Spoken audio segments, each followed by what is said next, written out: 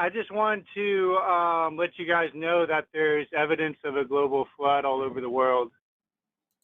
Okay, and I if you go strongly to disagree. Google, I'm excited to hear that's what I expected. Yeah. So, have you heard of the term underfit stream? No. So, an underfit stream is a stream that today is much smaller than the river channel it sits in. So, actually, every single stream in the world is an underfit stream because the river banks are much larger than it. So if you look at the Mississippi River, for example, the river, if you go onto like an elevation map, the river banks are 110 miles wide. So that means it's a simple erosional fact that the Mississippi River used to be 110 miles wide. You look at Missouri, the Missouri River was 70 miles wide. A small river right next to it called the James River was also 70 miles wide. Huh? So I'm not a geologist, but from what I remember from this is that like you can have like meander scars and like traces of the river as it kind of moves and weaves and whatnot, and that can actually end up as the river moves, as it going in one direction.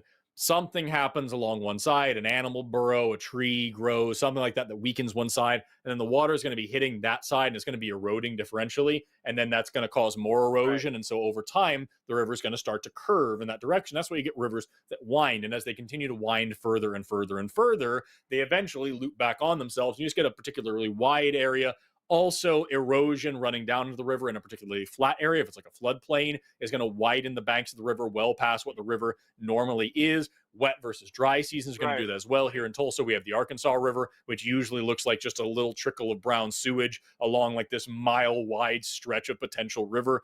All of these things just point to natural erosion factors that happen with any kind of river. It doesn't necessarily mean that this river was at one point insane and is now tiny. That doesn't really track. Okay, let me explain to you. There's a lot of specific details that makes that theory not correct. Primarily, if you look at the river banks, the river channels, they're not meandering. Like, for example, the big river banks, they're not like they have a bunch of little like curves in it from like Oxbow lakes and stuff like that. They're big straight channels, and a fast-moving river makes a straight channel. A slow meandering river over the course of time would make, if your theory was correct, these river banks I'm talking about would have a bunch of divots in them, and they wouldn't be nice straight lines.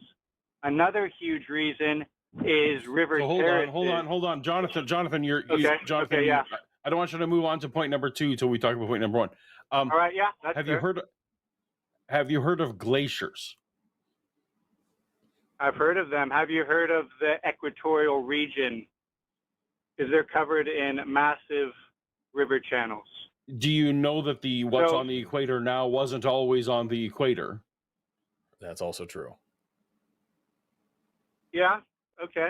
I mean, yeah, I guess you could say that, but you're really kind of dodging the evidence when all of the rivers in the world are massive river channels.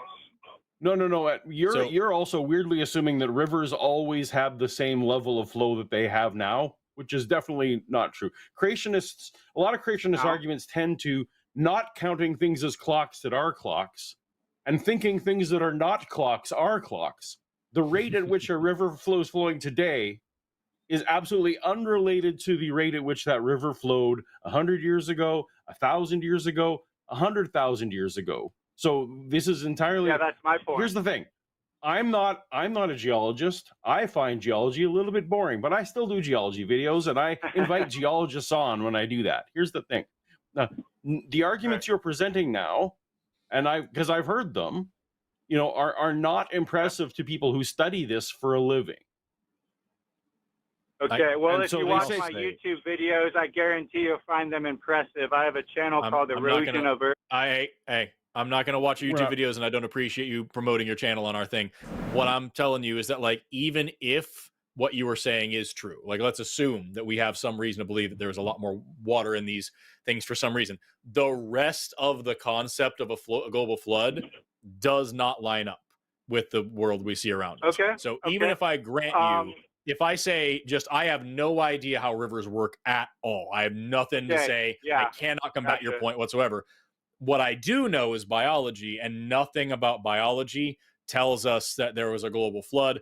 Also, the rest of the reality of what a global flood would look like isn't something that we would see around us. So, like, even if you have this river thing, that's not a lot to go off of. Right. So, can you try to be a little bit open-minded here and just accept some evidence and at least consider evidence? There is. That's why we have a clause. Well, no, hold on. I absolutely considered your straight rivers. Mm-hmm. Right.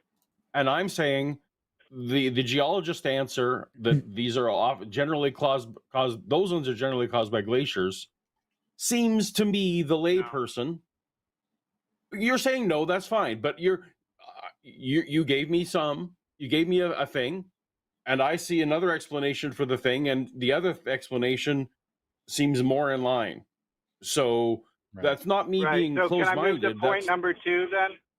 But that's fine. Okay. But I don't want you to accuse me of being not open-minded just because I didn't agree with you. I'm not accusing you. I just want you to at least consider.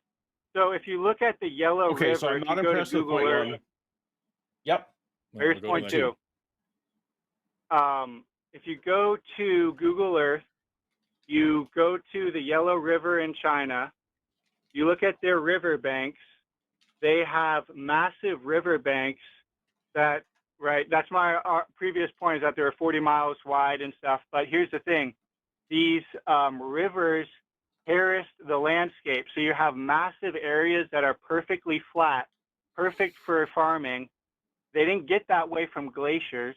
Glaciers rut out the terrain and make moraines and all sorts of things, kettle lakes.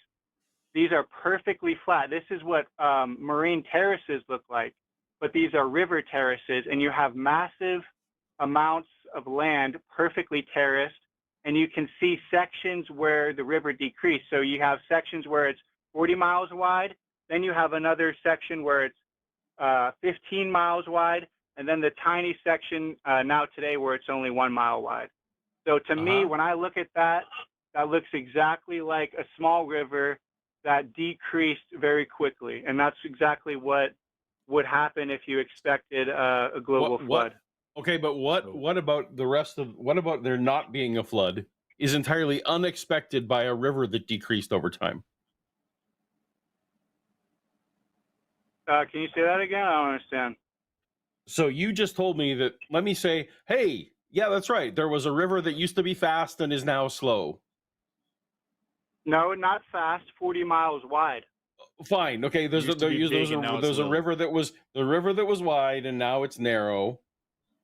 What? That tells you that there was a massive drainage off of the continents.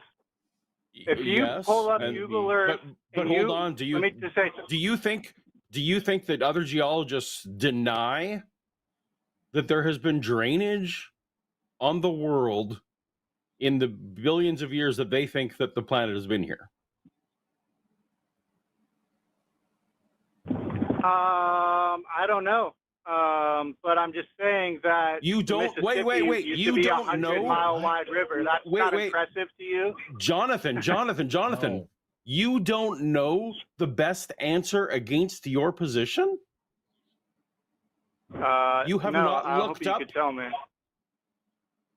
I am not a geologist. Forrest is not a geologist. Ice are nonsense. I would never call into a show and say the reason I believe something is X without at least having looked up what the experts in the world say about X. See, here's the thing, Jonathan, is like a minute ago, I told you, like, whatever I'm you're going willing to say grant... is going to be nonsense. So just say it already, man. What's a weird thing to say to somebody you're having a conversation with. So, Jonathan, a minute ago, what's frustrating to me is that I told you, listen, I'm not a geologist. Paul's not a geologist. if we assume everything you're saying about rivers is true, I don't know anything about rivers at all, I can't talk about rivers, the rest of the evidence points against a flood, and you said, okay, I'll move on to my next point, here's this fucking river. And like, I don't get why that's so relevant to you.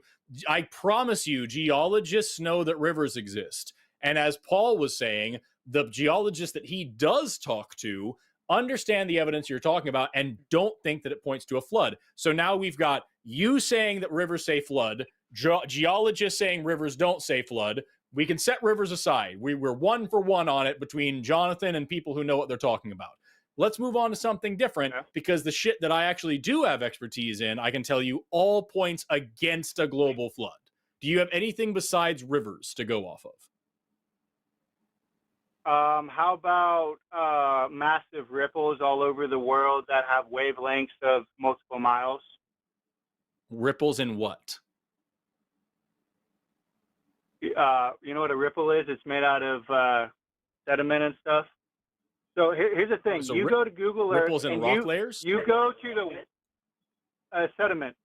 You go to the west coast of Africa. Go to a country called, I'm probably pronouncing this wrong, Mauritania. No, hold on. Jonathan, I will listen to this. Jonathan, I will listen to you describe this. Hold on. I will listen to you describe this if you first tell me how scientists explain what you're going to tell us. First, tell me what the scientists say, and then you can describe it to me in the way you interpret it.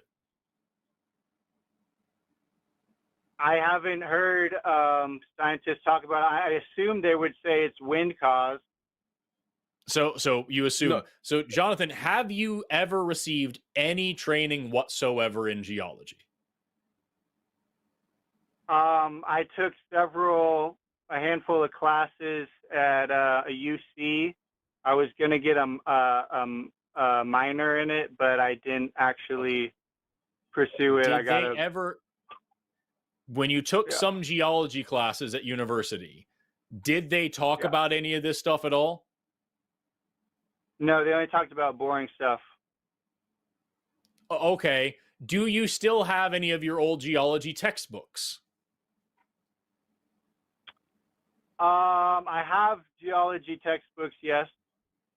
What do those textbooks say is the cause of these ripples?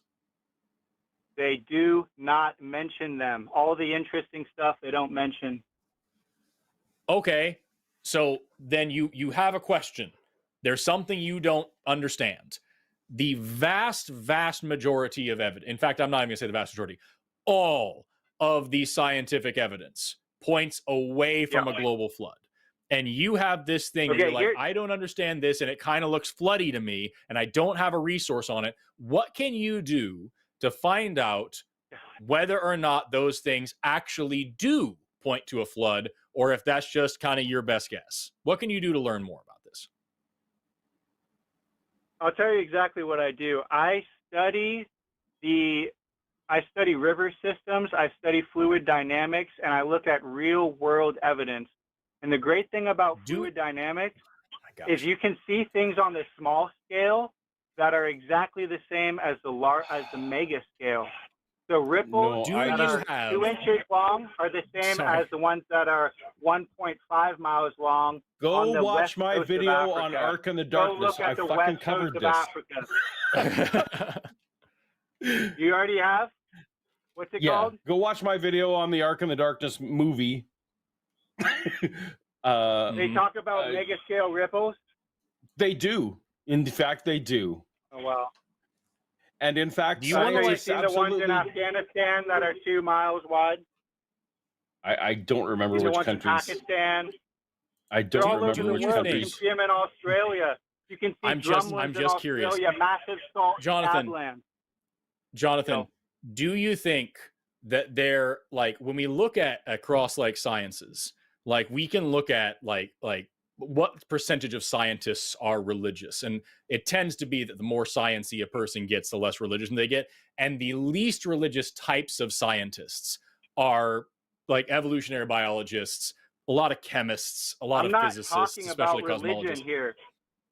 You're not talking about a global religion. flood. I'm talking about You're talking about a global flood, which is a Bible thing, and you're also calling in as a theist. Listen, my question to you is: Do you think that when we ask people about whether or not there's a global flood, that like all the physicists are saying no and all the biologists are saying no, and then there's this spike in potamologists that are like, fuck yeah, and then the rest of us are just like, no, like, why is that? Do you not understand what I'm getting at here? So, yeah, I see what you're doing. You're not answering any of my questions. You're avoiding them because you're afraid of them. You're afraid to answer any of my questions.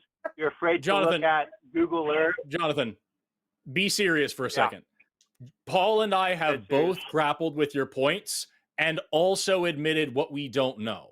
You are the one with no actual training in this area who is saying that you know better than all the potamologists and all the geologists out there who actually study this shit for a living. You know something they don't, despite the fact that you dropped out of getting a minor in something. Potamologists don't study rivers. Listen, what don't do they study things. Listen, I'm sure there's people that study rivers, but the whole time they're called potamologists. Their mind is completely their mind is completely controlled by the paradigm of uniformitarianism, and they never get to look at it with an open mindset. Paul and me with the fucking paradigms. And consider catastrophism. Catastrophism should be seriously considered. Right. Except for the fact that there is no scientific evidence supporting it. So here's the thing. Like I said, I'm a biologist. That's where my background's coming from, right? And when I look at life on this planet, it is not possible to have the kind of life that we have today if we also factor in a biblical flood, like Noah's flood type. That doesn't make any sense. And so the evidence in front of us, not only the impossibility of the flood, but the strong evidence of like what's actually on the ground tells us that there was no such thing. So my field of study says there's no flood. Sure. Geology says there's no flood. Like potamology says there's no flood. Limnology says there's no flood, right? We have all these different things factoring in here that says this doesn't make any damn sense. And we're basing that on the actual evidence in front of us. The catastrophism just doesn't stack up, doesn't hold any water, and not a fun thing to say. Well, we both view the same evidence, we just interpret it differently. I don't think we do. I don't think we view the same evidence. I don't think you have a good grounding in what the evidence is. I think that you have looked at Google Earth and come up with some ideas. We can talk about the fossil record then. We can talk about the fossil record if that's more of your. So, you know what's interesting is every of the early species are all underwater.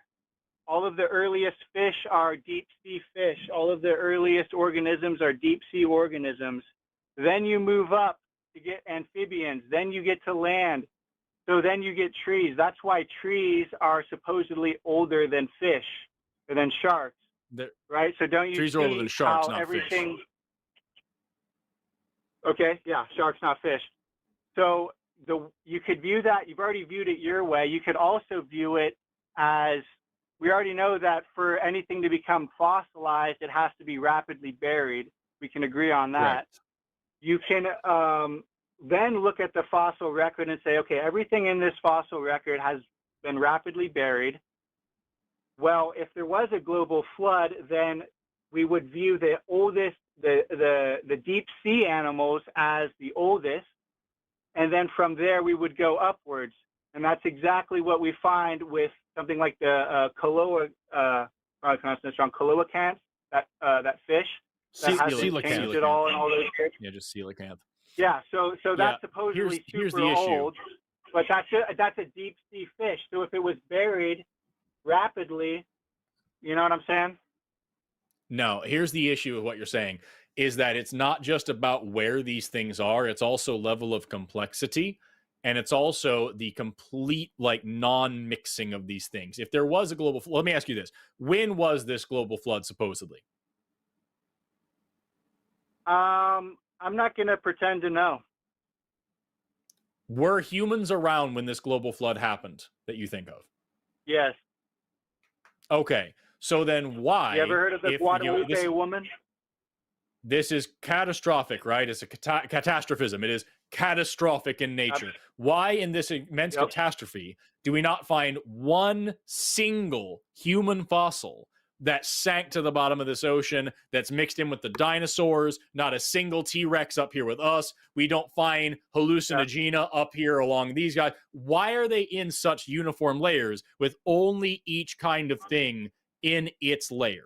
I'm using the word kind here, which I hate, but it's okay. So, first of all, you get layers from settling. So when things settle out, they settle out into layers. But to answer your first question, why do all the dinosaurs find the same layer? So the dinosaurs, because they're land animals, so they're going to be on land. And the reason why they're in layers, they're not just in layers. If you look at how they're fossilized, they're in graded beds. They're disarticulated. They're ripped apart in a catastrophic way. You're not answering my question. Not the ones in Alberta, but carry on. Yeah, I was going to say there's plenty of dinosaurs that are not disarticulated, but that's not the point. You're not answering my question. Why is it that when we look at the sedimentary layers, when we look at the layers between 250 million years old and 65 million years old, that's the place where we find all of these big dinosaurs, and we don't find them below that, and we don't find them above that, and we don't find a single human that could have made their way down in there. Not once, and all the humans in the world drowned at the same time the dinosaurs drowned. Not a single one of them drowned at the same time. Not a single one of them fell down amongst the T-Rexes. Why? That's not true. You ever heard of the Guadalupe woman? Where do we find humans mixed in with dinosaurs? There's also the Moabite man in Utah, who has been found in the strata in Utah. But what I was saying is the best evidence is the Guadalupe woman, who is found in limestone on Guadalupe Island. And she is preserved, everything except for her head and her feet, and she's stored in the British Museum. And there was also a male hand found in the same area. But when do they date the Guadalupe woman to? When do they date it to? I think it was like 28 million years old or something. No, it's like from the 1800s. Well, that's when they found it. That's where it was dated. Also, different types of rock. The question is, are you saying this is a person who was found fossilized next to dinosaur fossils? Is that what you're saying? Is that what you're claiming? No, I'm saying she was found fossilized in limestone, and limestone doesn't accumulate on the seafloor anymore. So that only happened Again, you're not answering my question then. My question is, why is it? No, there hasn't been a human mixed in with fossils, but there has been human fossil footprints mixed in with dinosaur footprints in Paluxy, Texas. No. But you're going to dispute that. My question remains, because you still haven't answered it. My question remains, why, if this flood happened and drowned everything in the world all at once, including humans and dinosaurs at the same time, do we not find a single fossil that is in the wrong layer? Why don't we find a human fossil next to a T-Rex fossil, or vice versa, or in the same layer as those things?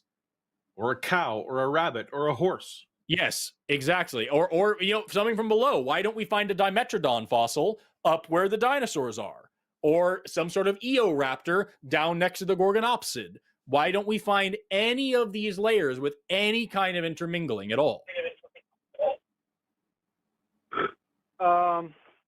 That's a good question. I think that to some degree there's a lot of out-of-place fossils, but I'm sure you're going to just wave them away.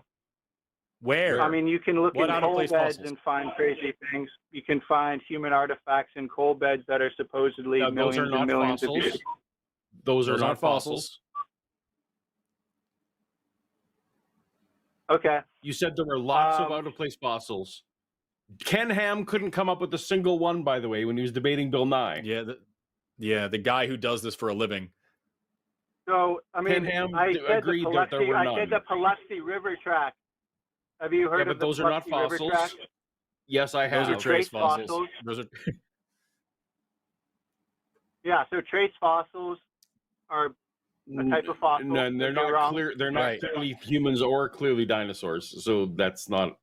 Okay, let me just say this then. Let's talk about the Guadalupe woman in Limestone.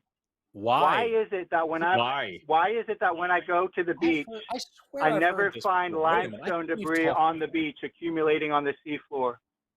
I'm 99% sure we've spoken before. This is all sounding more and more familiar, and I'm pretty sure you posted this shit. You've posted this shit somewhere. Scripts. This is creation.com has this article on Guadalupe. Is that what it is? Okay, because I swear I've talked to this exact same argument, and it meant the exact same nothing before. So like, this is the thing, man, is that like the people who actually study this for a living say that this doesn't hold water at all, and the people who are trying like hell to prove the Bible is true don't have any way to confirm any of this stuff, and don't have anything that supports this.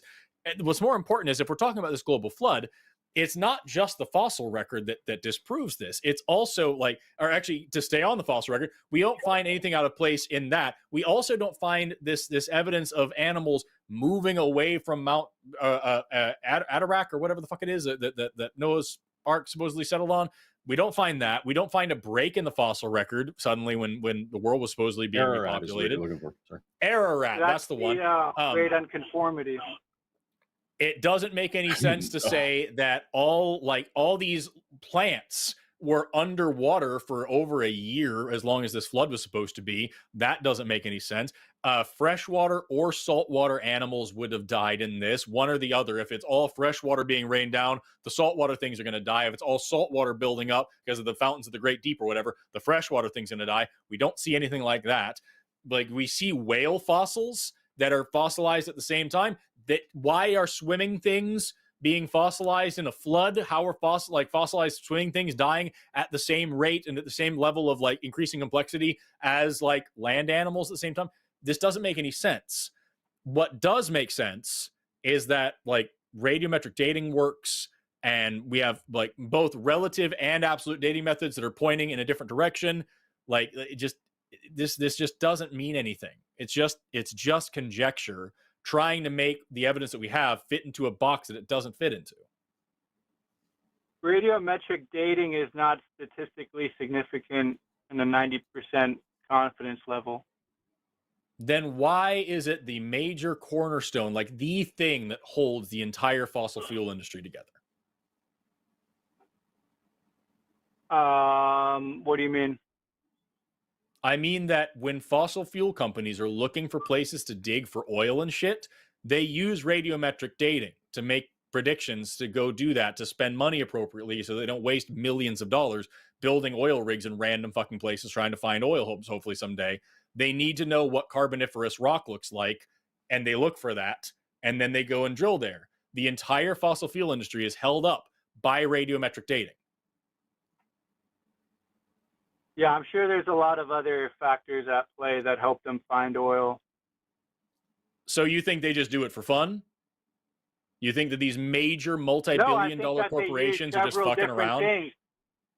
No, they use several different things to find it. There's a difference between correlation and causation. Right. Several different things finding the same stuff is why we know these dating methods work, because they inform each other. Radiometric dating isn't done by itself. You test several different radioisotopes that all point in the same direction, and you also have other absolute dating methods and also some relative dating methods that can all point in the same direction, and indeed they do. So, like, you don't just check argon, you're also going to go check, potassium, you're also going to check for uranium, you're also going to check for whatever else. And you can come along with fission track dating, with potassium, with dendrochronology, with thermoluminescence, with like a lot of other things that can all point in the same direction. There's lots of different types of dating methods out there. And not a single one of them says the Earth is 6,000 years old and there was a global flood. When they use potassium, argon dating, and a whole bunch of other different. If you talk about a mammoth, lead, whatever. I swear to God, they mammoth. No. When they use multiple datings, they don't line up exactly. They don't line up for example, with Mount St. Helens eruption, they were off by over 100% with different methods. So then how would you even, all that? That is a very commonly quoted creationist talking point. That bullshit study was done by a bullshit creationist doing radiometric dating wrong. That's what usually happens. The creationists say that radiometric dating doesn't work until a creationist does radiometric dating, gets the wrong answer, and then says, see, the Earth is actually quite young because I proved it with this bullshit. No, the Mount St. Helens things is like just regurgitated bullshit. The thing is, no, they don't always point to exactly the same date. That's why there's error bars. That's why we show it's between this range. So, like, I think that the percentage error is much longer than they'd like to admit. It's not, and that's the whole thing about replicability in science. It's not. Why don't you explain to me what radiometric dating is looking for? I didn't come on here to talk about radiometric dating. I came on here to talk about erosion. And, can we talk about everything that can we talk about the Guadalupe skeleton is for a ice sec? erosion. Can we talk about the Guadalupe skeleton for a sec? Sure, please. Sure, ask a question. So because I knew I'd heard it before, and I wrongly said the 1800s. So that the Guadalupe skeleton, they date to roughly 4,000 years ago, which is entirely unsurprising to find a human from 4,000 years ago. We're no one surprised by that. The limestone, which the skeleton was formed under shallow marine and beach conditions, is typical on that island and still happens. It doesn't happen in deep sea conditions that's not very true well. At all. Nope. Okay. I'm reading to you what scientists tell us. So you telling me the opposite. This has not impressed anyone who isn't a creationist. Okay. So if you look at the limestone you find today in Caribbean islands and stuff, what you find is macroscopic crushed shells. Okay? That's not the real limestone debris. Real limestone is made of the skeletons of diatoms. Okay? You don't Why understand, is it that there is no way? It's not limestone. It's real limestone. Right. Look, the real limestone is my problem with you, Jonathan, is the same problem I had. Do you know, Jonathan? Do you know that I believed everything you believe 8 years ago? 8 years ago, I would have called onto this show and made the same points you are making now. I'm making a scientific point. I'm not making a religious point here. I'm trying to explain to you limestone. Jonathan, that does not matter. I am telling you, I would have called in with the very same points, and I made the same mistake that I think you are making, and that is you have spent zero time looking at the evidence against what you are saying. I don't care what point you're making about. I don't care if you're making a point about science or politics or you name it, or interior decorating. It doesn't matter. If you don't have a clue what someone who has the opposite opinion of you would say, you haven't done any research yet. Mm-hmm. Yeah, that's not true. And you don't know. Making my point? No, because you can't tell me what the opposite point is. And this is why I'm saying you have not. I can't respect. You can say the opposite point once I state my point, but you won't even let me finish my argument. Jonathan. The point isn't that there is one. The point is that you have spent zero time looking it up. So how do you know what I've done? Because I've asked you, and you've literally said no. I'm taking you at your word, Jonathan. Are you lying to me? Microscopic diatoms. Listen. No, Jonathan, we're not talking. We don't care about that. We care about the point that you are not.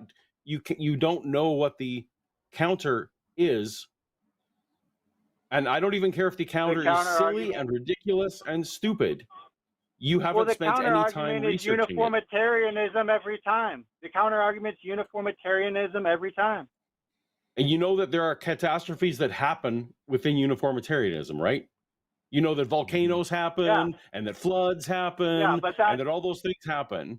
So in evidence of individual catastrophes does nothing to tell us Do you think that the asteroid that hit the Earth was a small scale catastrophe?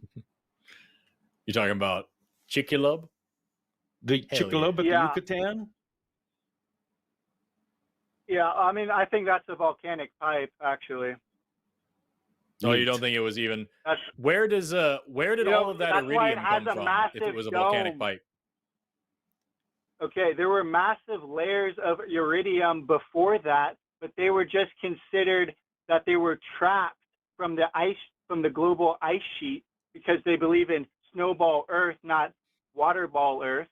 So you have these massive layers of iridium that aren't before the Chicxulub.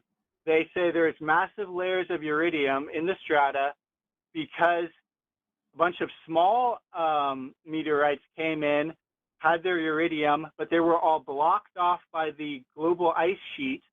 And then once that melted, it went into the strata.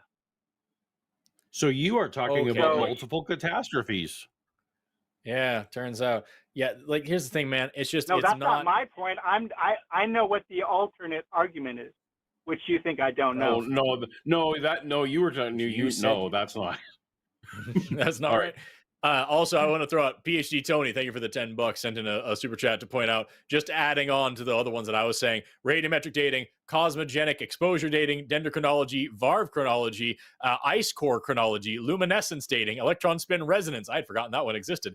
Amino acid racemization. All back each other up. These are all different, like absolute dating methods that, like, tell one from the they all point in the same direction. Like I said, absolute dating methods and relative dating methods. It's not like we're just looking at this with our lens of evolutionism and saying this fossil's in a 60 million year old rock, and we know that rock is 60 million years old because it's got a 60 million year old fossil in it, right? It's not anything like that. Like, we have various different things that are all pointing in the same direction.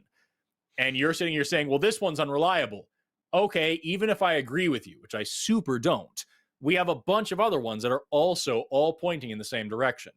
And again, can't stress enough, none of this points to a global flood, especially not one like what it says in the Bible, where we have humans involved. It's all very recent, all this stuff. Like, there's no evidence for that. And the evidence that we do have doesn't point in that direction. The fossil record as we know it, even after when you say the flood is, the post-diluvial fossil record doesn't support a global flood. So, like, and that's not even just that, just basic laws of nature, understanding how long it takes for ecosystems to develop, doesn't support the time scale that a flood gives it. If we had a flood like the biblical flood, where you have all of a sudden you only have one type of proboscidean species, right? One type of elephant. And now we have to get all these other elephants from the same time. I actually calculated this on the last video that I did about the flood on my channel. You would need every single generation of elephants to be a new species with totally new morphology. So literally every elephant that is born is a different species from its mother, which was a different species from its grandmother, which is a different species from its grandmother. And they all looked completely different as well. So, like, even just looking at, like, if we say, yeah, we're going to say this is a flood, everything past that makes no fucking sense. There is absolutely nothing backing up your claims besides you, who has not had any training in this, saying that all the people who do have training in this are blinded by their worldview. And if they just looked at Google Earth, they'd understand what Jonathan knows. And that's an incredibly arrogant claim. And I don't get how you're getting so spicy with us for just giving it the level of respect that you're giving real science. Well, I think that anybody can discover something. We're all but they need evidence for it, and you don't have any. Yeah, and my evidence is on Google Earth. Go to the west. Fuck, man. Just look at North Africa and tell me there wasn't a global flood. No, massive drumlins, massive ripples. Look at Australia. Hold on, just wait. Wait a second. Hold on a second. I'm doing a thing. Yeah. Give me a second. I'm doing a thing. I'm going to help you out.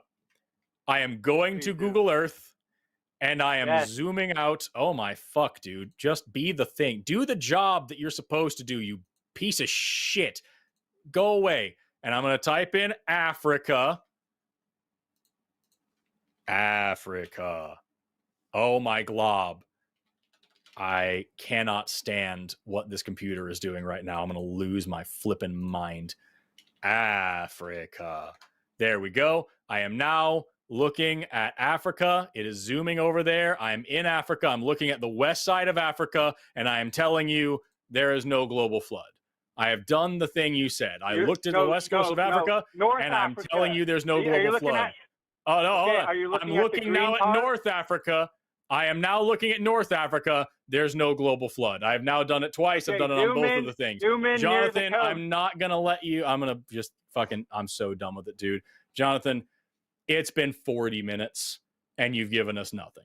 You've given us some shit that you think might be evidence for a global flood, that actual scientists that study the things you say have reasonable explanations for, that are backed by real data and are testable, repeatable, verifiable, actually shit that they publish and critique, not just Jonathan, fucking got high and watched Google Earth too much. Like it's not worth the time, man. You're not being serious about this, and you're accusing us of intellectual dishonesty when you admitted you've never even checked to see if there's an explanation for this, and then changed your mind and said nobody knows anything about this more than you do. It's just not worth the time, man. It really, really isn't. Paul, do you have anything left for Jonathan? Ark in the Darkness is a movie that agrees with you. So, but go watch Forrest channel, go watch my channel, because we definitely talk about some of these claims in detail if you really care. But this isn't the time or place. Yeah, I don't think he does really care. I'll be honest with you. It's just it's not holding up. My last video about it was the Ark video with Noah's Ark here. There we go. Ark Encounter, luxury mega yacht review. It was all about the terrible movie that Eric Hovind put out. So yeah, go check those out and tell us more about this. Or better yet, talk to a geologist or a limnologist or a potamologist or somebody who actually studies these things. Goodbye, Jonathan. Can't wait for Jonathan to put this call on his channel, talking about how he owned these evil atheists that couldn't even answer his questions and dodged and ran away from his questions. It's going to be great.